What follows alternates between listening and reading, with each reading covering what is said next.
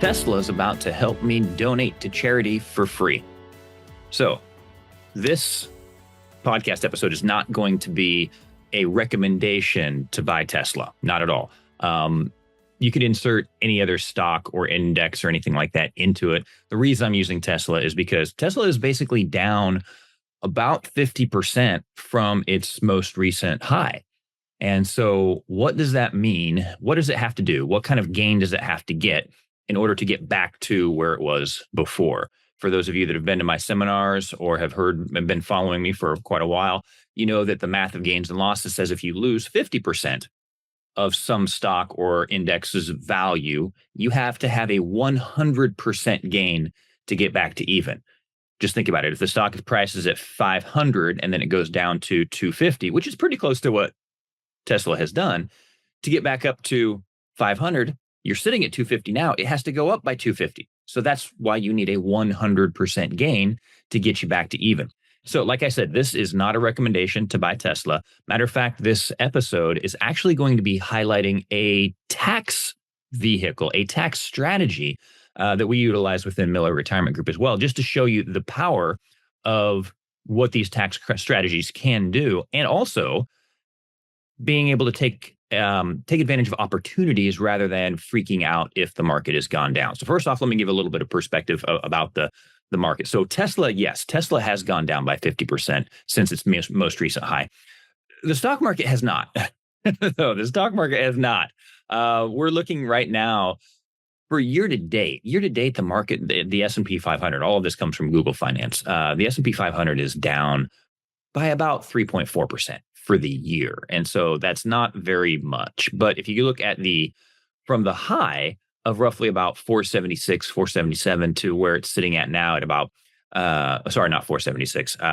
Sorry, what was it? I'm looking at where it was at. There we go. 6144, and now it is at 56.67, and that's down about 7 3/4.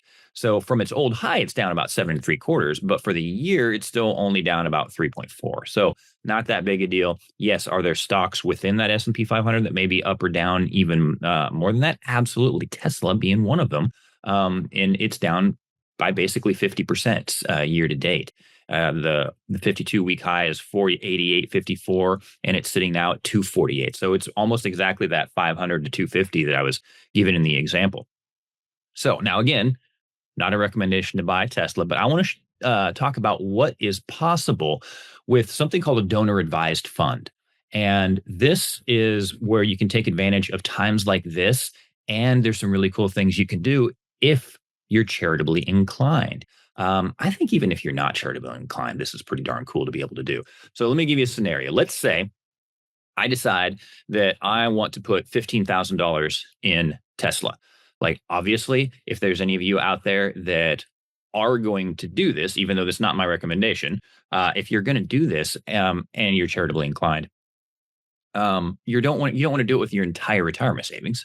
So you're only going to do it with like a small chunk, because Tesla could easily go back the other way and lose a bunch more, even though it's down basically 50% right now. Could it go further? Absolutely, it could go further. It's a single stock. It's a single company. Single companies can go bankrupt.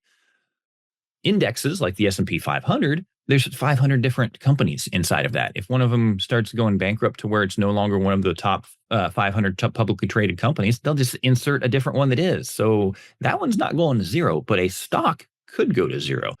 Enron, WorldCom, I mean, if you can remember some of those, .com bubble.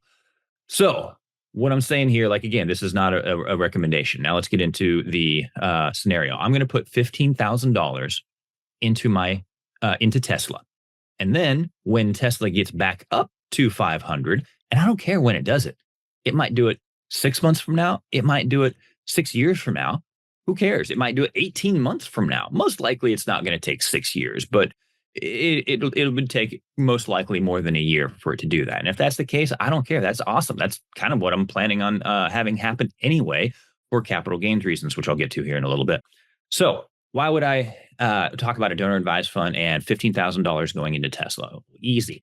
What I'm going to do is I'm going to donate that entire $15,000 to my donor advised fund for free. And not even actually for free. I'm going to be getting paid to do it in the form of tax savings. Here's how it works.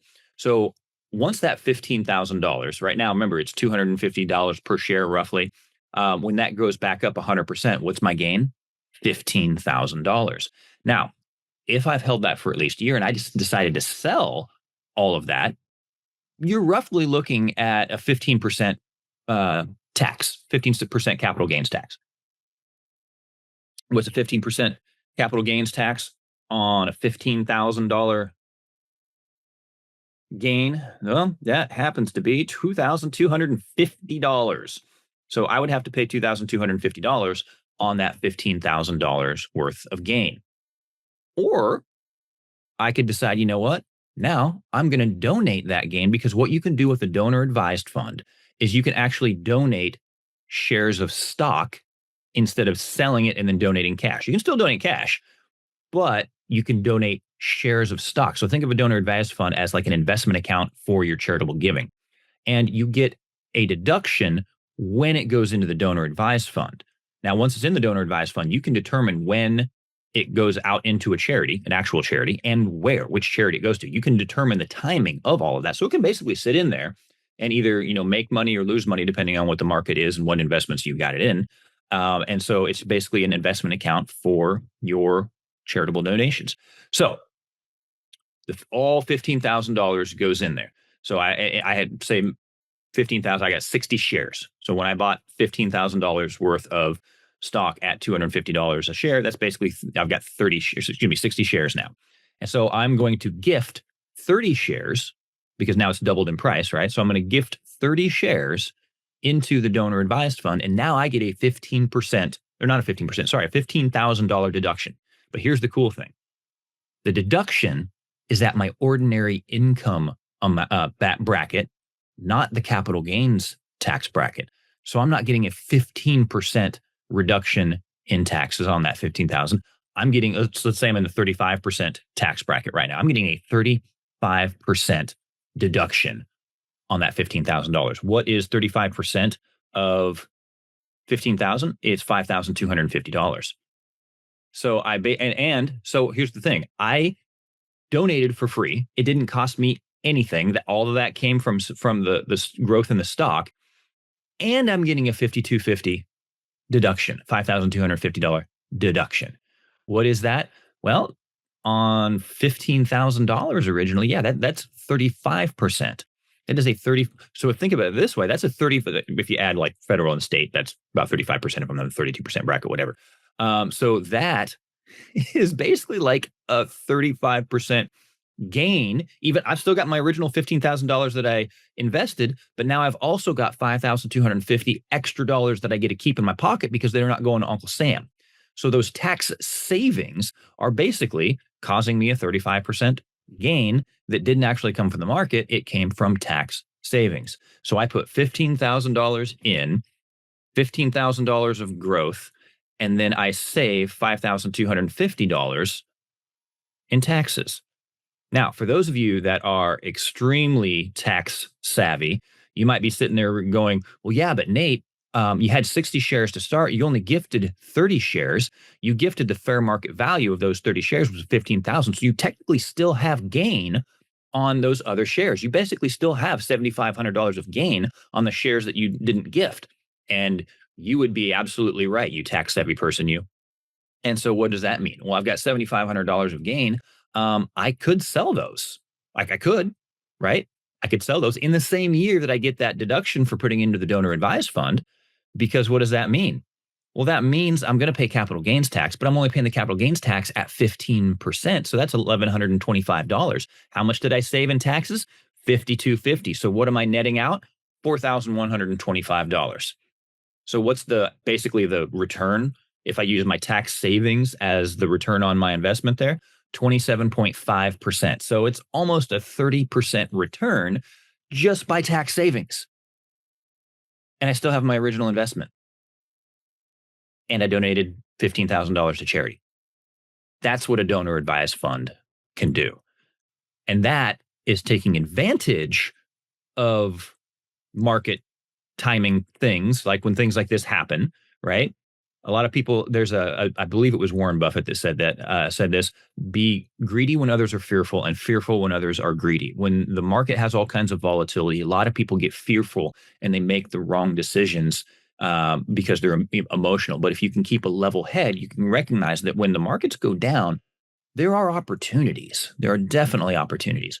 And for those of my clients that are charitably inclined, I'd love to be able to help you out with donor advised funds, because donor advised funds could be a very, very powerful tax strategy. And so that's it. That's basically all I needed to go through for this. Oh, wait, actually, one more thing. What if you're not in the 35% state and federal tax bracket? What if you're only in the combined 25% right now, 22 federal, and then whatever you're paying on state? Let's just round it to 25%. You're not getting as big of a tax deduction as what I just said that I was. And you would also be correct.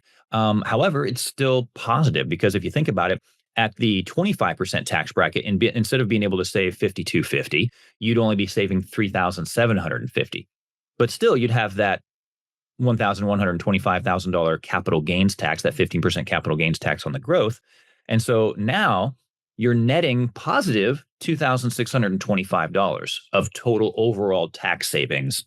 And you have reset your basis to the higher amount now. So if you sell any of those shares later on down the road, you're not going to be paying as much tax on those. So your after-tax return, just by looking at just the tax savings as a return, 17.5%.